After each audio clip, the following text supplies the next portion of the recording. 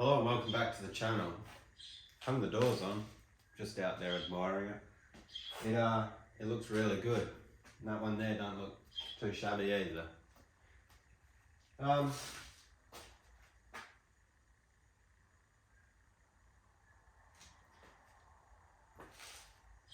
This episode, we're just going to keep going on with the panel work. Let's get this thing painted.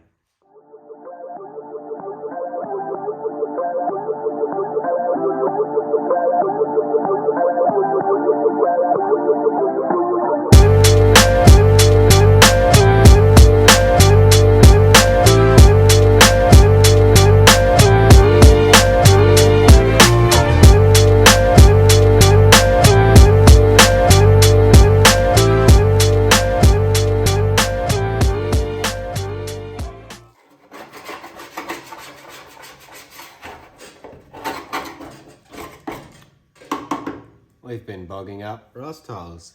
Naughty, naughty.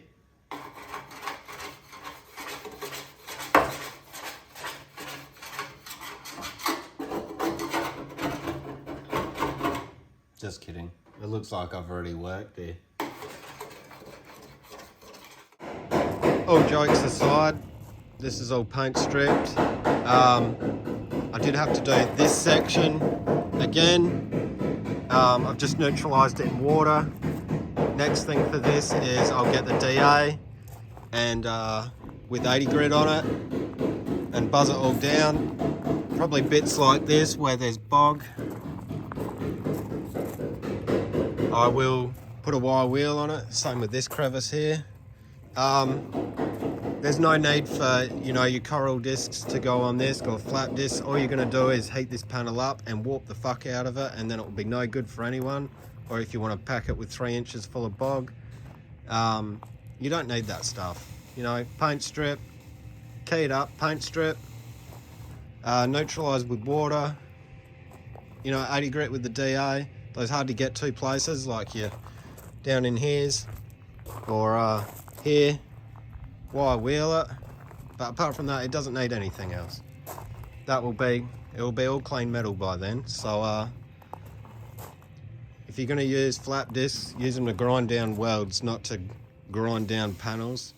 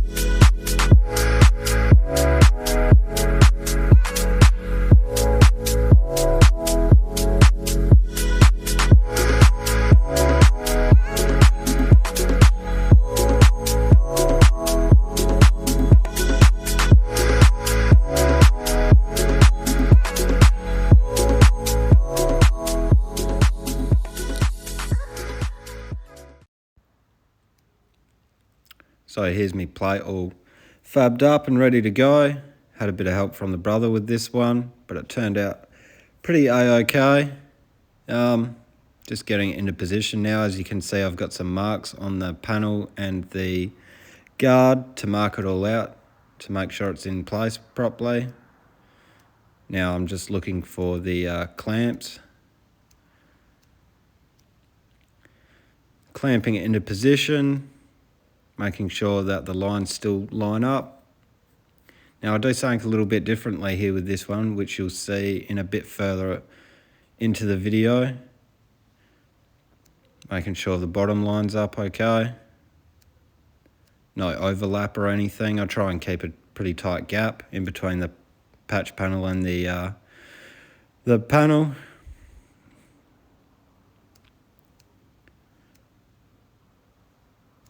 Oh, wrong clamp.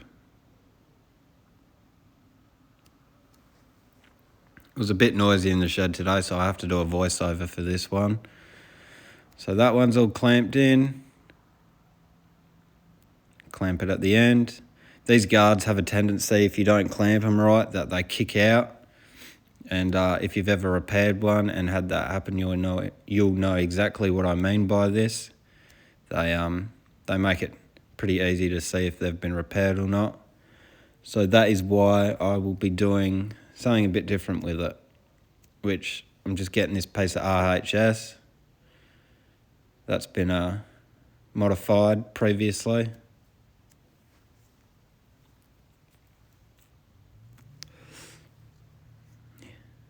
Get it with the right clamp this time. And what I'm doing is I'm just clamping this into place so that there's no movement throughout the guard for it to kick out or kick in.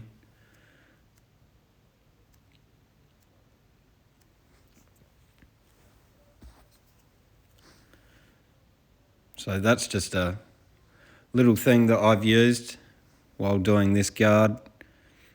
It makes it a lot easier if you repair the whole lower, but I didn't want to buy the replacement panel for that, so I'm doing it this way. Just rechecking the gaps and the fitment.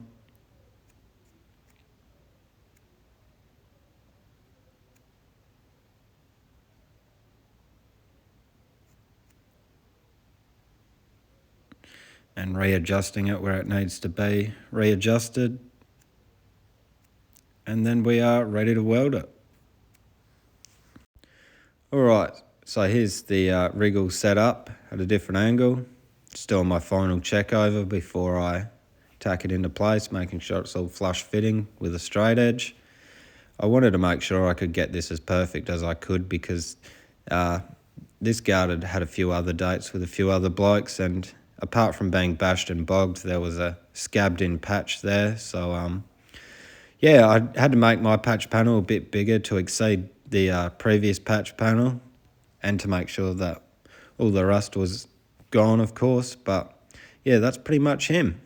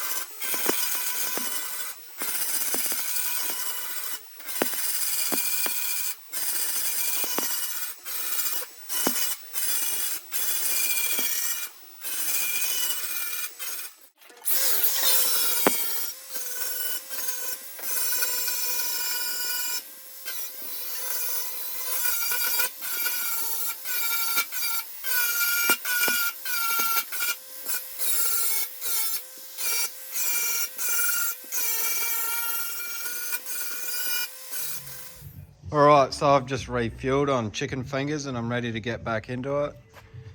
Patch is welded in and ground down. If you watched the video before, you would have seen that it wasn't quite fully welded in, but I was grinding down the welds. Now I do that because when there's a weld and another weld and there's a small gap there, if it's not ground down, the weld that you're going to do is just going to go on top in between those two. So if you grind the two down on the outer sides and do the one in the middle, that will fill in. What I'm going to do now is I'm going to deoxidize it, because if you see here, it's got rust forming already. Those are actually fingerprints, my fingerprints. And these are only a couple of days old. So rust is already forming, and it's, you know, from your fingers. I'm not going to wire wheel this off because that's just going to polish the metal and the rust will still be there.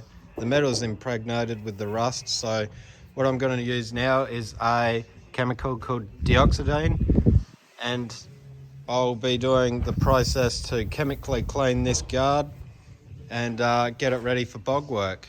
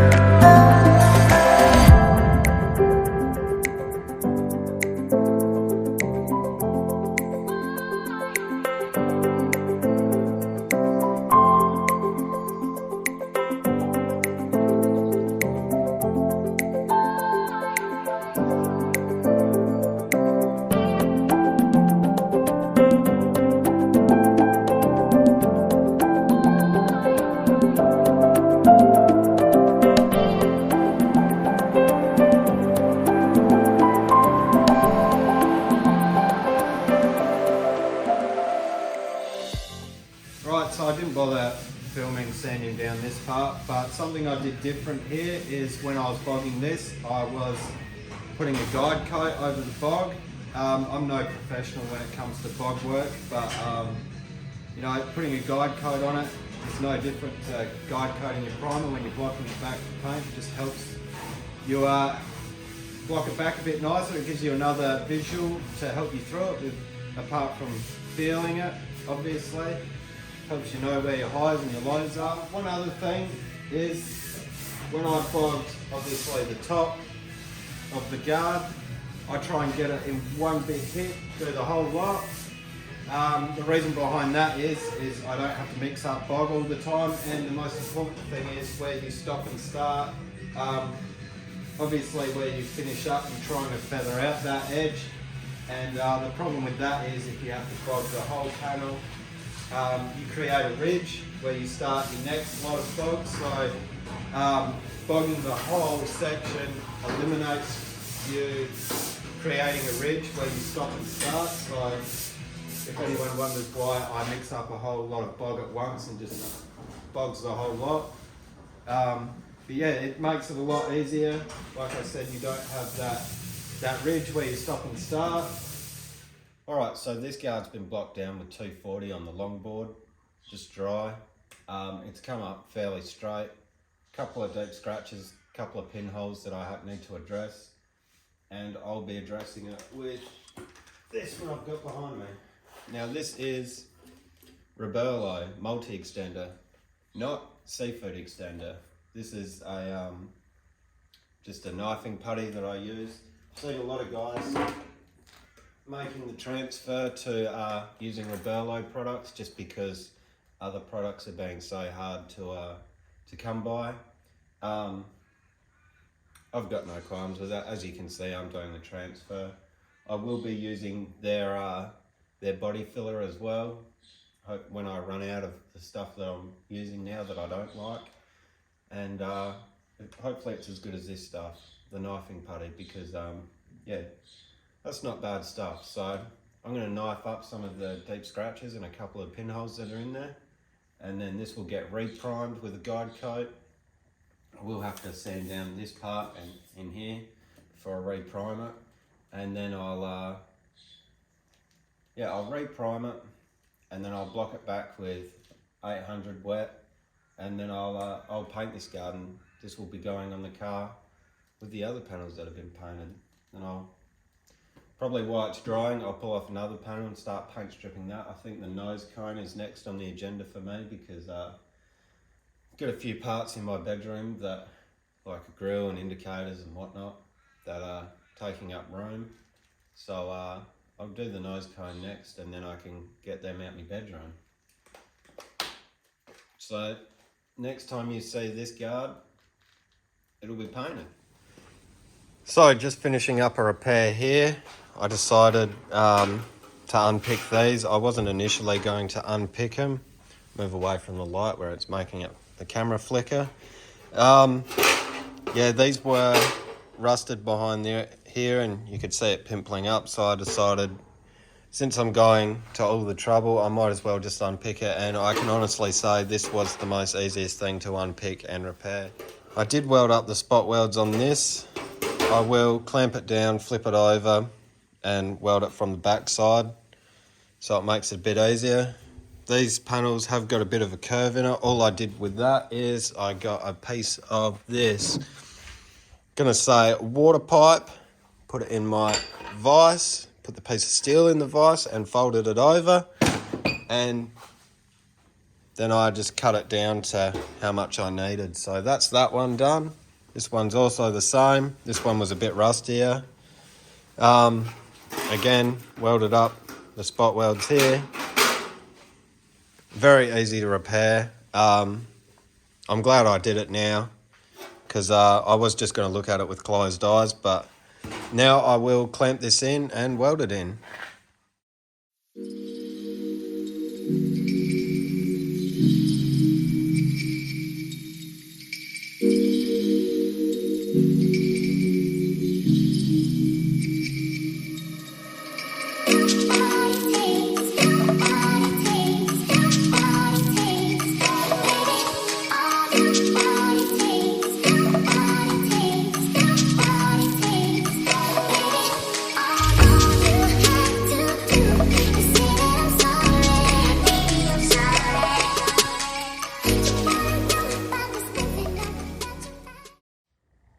Alrighty, so I've kind of just skipped ahead and deoxidised this and done my filler work and got it in a prime with a guide coat. Blocked back fairly well. Just skim the top, skim the bottom like I said, and now she's all ready to be blocked back. Saying that, I am going to wrap this episode up here, purely because I've had a lot of guys, a few guys, not a lot, there's not a lot of people who watch it, just, you know, they've been commenting on the painting side of things and priming, so I'm gonna, so for my next couple of videos, I'm gonna dive in depth, you know, with my rust repairs. I'll show you how I make them from scratch, the primer work, the filler work, you know, what more in-depth videos on how I go about it, so I'm not just grazing over everything and rehashing the same stuff just on the passenger side. So be on the lookout for them. They'll be up and about in the next couple of weeks, or when I get around to it. I think I've got a few weekends I got to work coming up soon, so yeah, that'll put a end to things for a short while. But yeah, I'd also like to say everyone who's been watching and commenting on the videos and subscribing to the channel, it's taken me back a little bit. I haven't, you know, I didn't think I'd get this sort of reaction. So yeah, if you like the videos, make sure you subscribe to it. I really appreciate it, and it motivates me to keep putting videos up. Until then, take it easy.